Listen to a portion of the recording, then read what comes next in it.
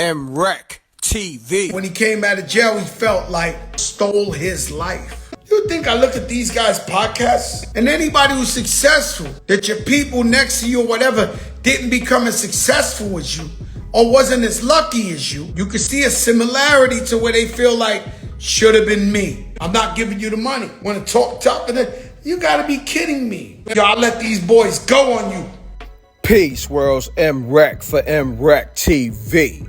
We got an interesting clip right here.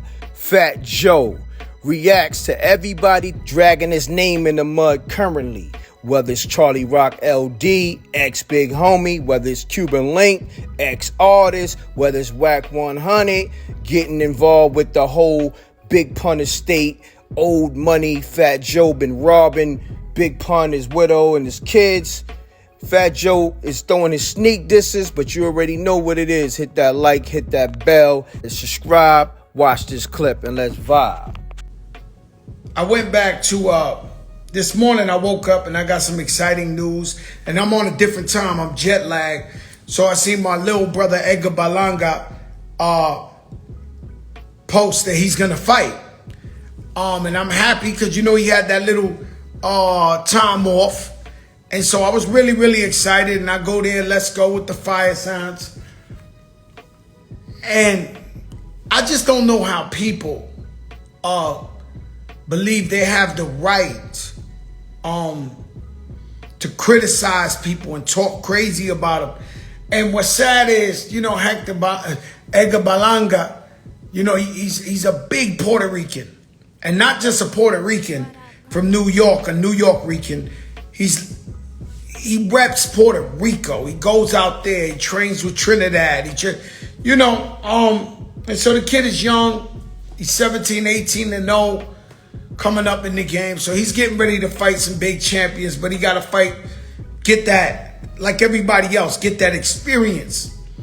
And so when I see the comments, how they be in the comments, dissing them, and then when I look at it, they're like wannabe coaches or trainers or boxers that are Puerto Rican as well, who criticize him. And they're, oh no, he's a bum, he ain't the one, he ain't the this, he ain't the that. And it's sad to me. You know, I commented behind one of them and I said, this is the bodies I know. Thanks for your support. And so, you know, when you're body, Puerto Rican, you know, we got a lot of envy and hate between us. Don't know why, right? Instead of just falling in line and supporting each other, regardless, right? And so it just bothers me that somebody talks about other people who trying to come up. The thing is, let me tell you a story. When I coached at the Rucker, I used to coach at the Rucker basketball, and I'm the all-time winningest coach, right? And so I would go to the game. I remember my wife, shout out to my wife, my daughter, everybody out there, my whole family, holding it down for Easter. But I remember I brought her one time to the Rucker. And she was there with me. And there was this one dude that heckled me all the time. He was Latino too. I think he was Dominican. But he would say, F Terror Squad, y'all whack, y'all trash, y'all this, y'all that. Meanwhile, we're winning every single game. So my wife was like, why don't y'all go beat him up? And I said, listen, that's trash talk. That's basketball. This ain't like a guy's walking up to me in the middle of the street talking about me or something. This is basketball talk, right? But this guy, for the 8 years that I coached out there, came to every single game. Terror Squad is whack. F y'all whack. Y'all this, that. So when my daughter was born, I retired from coaching. Maybe an occasional charity or celebrity game. But I remember one time I pulled up in Entitlement Park to watch a game. Maybe 8 years later, 10 years later. When I get there, it's the kid that used to heckle me every single game. He's the coach. He's coaching a team, Entitlement. And I'm looking at him, right? Not only that, he's acting like me, running behind the players, smacking them, this, that, hype. I'm looking at him, I'm like, so this whole time, this guy wanted to be me. This whole time, this guy wanted to be me. The whole time he was heckling me, he was trying to be me. And eventually he became a coach. And I looked at him, I walked up to him and I looked at him and he gave me a smile like, oh, wow, you see me coaching. We got to be very careful paying attention to these people that criticize you and talk about you and say whatever they want, because a lot of these times they want what you got. They want what you got. They want to do what you do. And sometimes they get mad. They get mad that you are successful and they want to be like you. Shout out to Knicks Fan TV. I heard we lost. I'm all the way in Dubai. We saw that when Obi opened up today. He did his thing, but we lost. So you got to be careful feeding into these people because they really want to be in the driver's seat. They want to be you. It bugs me out, right? Because you think about entitlement. You think about entitlement, and then hip hop and in street culture, we have a lot of that. That's all over. If you think about rappers and their entourages, when a rapper did a miracle, 9,999 out of 10,000 rappers that got some type of success grew up poor. So it's a miracle that God blessed him to make a hit. Now he got his crew. They say, we made it. We did this. And so they have a sense of entitlement to where they believe, yo, I was there from day. Listen, family members, sense of entitlement, where they feel like, I'm your family, you gotta do this. That's not how it is when every person, I've never seen somebody get born at the same, side by side. You get born by yourself, butt naked in your birthday suit, and you make the best of what you can. Some people work harder than others to get it. I was thinking about the movie Creed. I went to see Creed yesterday. Phenomenal movie. Like when I say incredible movie, and it was so emotional to me because I could really, really relate to the storyline. And anybody who's successful can relate. I thought about me and my brother. You know, you guys, a lot of guys call me the best storyteller in the world. A lot of guys, Joe, you're a good guy. I could never be good or better than my brother Angel, the money man. You know, and when you see Fat Joe, I'm just a wannabe Angel, money man. And so he was the best guy, the most honest guy, the most giving guy, the most charismatic guy, the most intelligent guy, right? And along the line, my brother Anna Navarro, what's up, sis? Happy Easter, sis. I love you. Along the line, my brother took a turn for the worse. Y'all know the story. He got hooked on drugs. We put him I put this guy personally in 30 rehabs. I paid for 40 lawyers every time this guy got locked up. I did everything. I begged him. I cried. I tears on my knees. I watched my mother pray every day, every single moment of the day, trying to get him off of it. And we couldn't. This is when you realize drugs is a disease. It's more powerful than the most powerful people, the most smartest people in the world. That's why I tell everybody, I never tried it because I might like it. You get it? I never tried it because I might like it. Anna Navarro out in Turks. I'm over here in Dubai. I go to Thailand tomorrow. Shout out to Rolling Loud, man, my brother Matt Zingler. Not my lawyer, what's up? And so what happens is, I got the creed and I saw where the one brother was the big brother and he schooled Michael B. Jordan and he was the man and he went to jail in a sense for Michael B. Jordan. And this guy's in jail for 18 years and he's watching life unfold from behind the wall and he's watching Michael B. Jordan becoming the champion. But when they were younger, he was the king. He was the champ. So he felt like when he came out of jail, he felt like Michael B. Jordan stole his life. And anybody who's successful, that your people next to you or whatever didn't become as successful as you or wasn't as lucky as you, you can see a similarity to where they feel like, should have been me. This guy got my life. And I can see where my brother would look and say, damn, man, I put Joey on. Joey's my little brother. He learned everything from me. How is he so blessed that he's a superstar, he's famous, and he's successful? Even though I've always kept it 1,000% with my brother. And so it's really, really deep. It's really, really deep.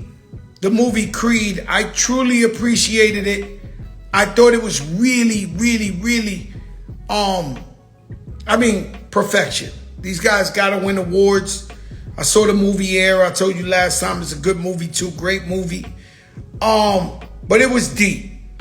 And when you believe in actually somebody is living your life. But the truth is, had Michael B. Jordan's character, Adonis, didn't work, run up those mountains, didn't go to the gym, didn't listen to the trainer, didn't stay disciplined, didn't fall down on the floor and get back up and win,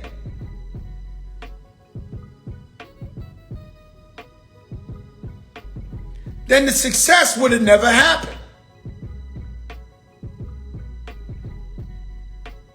And so what you gotta understand is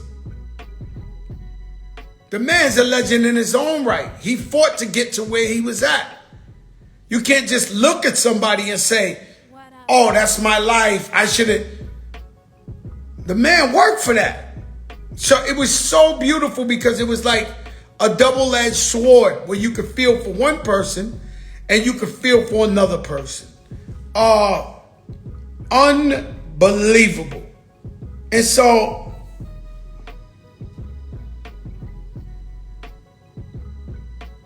I said morals and principles. Whatever the pain, you have to stand for something. And so morals and principles are all we live by. And so you got to stand for something.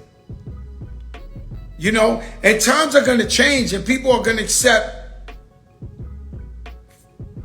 effery and things are different now. But that doesn't mean you don't stick to your morals and principles. And the thing that was so incredible about the movie was that Michael B. Jordan, he admitted to his wife when she asked him, but what happened? He said, the man went to jail for me and I never wrote him a letter. I never went to see him. I never went and kept it real with him. I never called. I never found out. Ah, Lola, I love you too, baby. Wow. And so you got to stand for something or you fall for anything. And so the man was wrong. His man went and did a bid. He didn't even keep in touch with him. Didn't write him a letter. And that pain was hurting him inside. I don't have those problems. What up, Crummie B? But you got to stand for something morally. And that's what it's always been about me. Sometimes I feel like I'm too old school. Sometimes I feel like, damn, Joe, you're too old school. And because I don't bend the rules for nothing. I stay morally sound. I had a dream which everyone can't. C-A-N-T. cannot accomplish. I gave jobs to all my friends that deserve a job, that want to work, that are qualified for those positions. So when maybe I walk in my business, or I'm talking about my management, or I'm talking about these people all earned their spots and really work hard, and so I'm able to provide for them and their family. That's a dream come true. But not everybody's friends want to work. You know, I had some friends that never worked a day in their life. I remember I first got down with Rock Nation. They was like, yo, so when you setting up the meeting with me and Jay-Z? Meeting with Jay-Z? For what? What does Jay-Z want to talk to you about? Like, what? Break it down to me first. I mean, and so if you want to work and you're qualified for the position, it's yours. But I'm not hiring somebody just because he's my man and he's just bullshitting. It don't work like that. And I don't explain myself twice, because at the end of the day, I want everybody to eat. I want everybody to survive. But you're not going to mess up my bag. That is a no-brainer. For the best friend, for the family member, for the greatest person, for anybody, you're not messing up my bag. It's not allowed. Nobody messes up the bag, fumbles the bag, and tells me, "Oh, but my brother," that doesn't happen. Because at the end of the day, I saw Puff Daddy say this the other day. If you want to cure diabetes, if you want education, if you want this, you need money. You need money. And so you got to work. And even when you think they're not on your butt, you got to work harder. Because the time's going to come where you need it. Fire signs if I'm kicking real stuff for you. Fire signs if I'm kicking reality to you. Because I watch these other commentators, podcasters, whatever. These guys full of mumbo jumbo. Okay? These guys ain't uplifting nobody. These guys full of mumbo jumbo is what I call them. They really don't have nothing to say. You think I look at these guys' podcasts?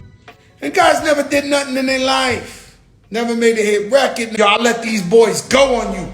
I'm not giving you the money. Want to talk tough? And you got to be kidding me. Why would I entertain myself with that filth? Coming from nowhere. Where's your necklace? Why didn't you use it for me too?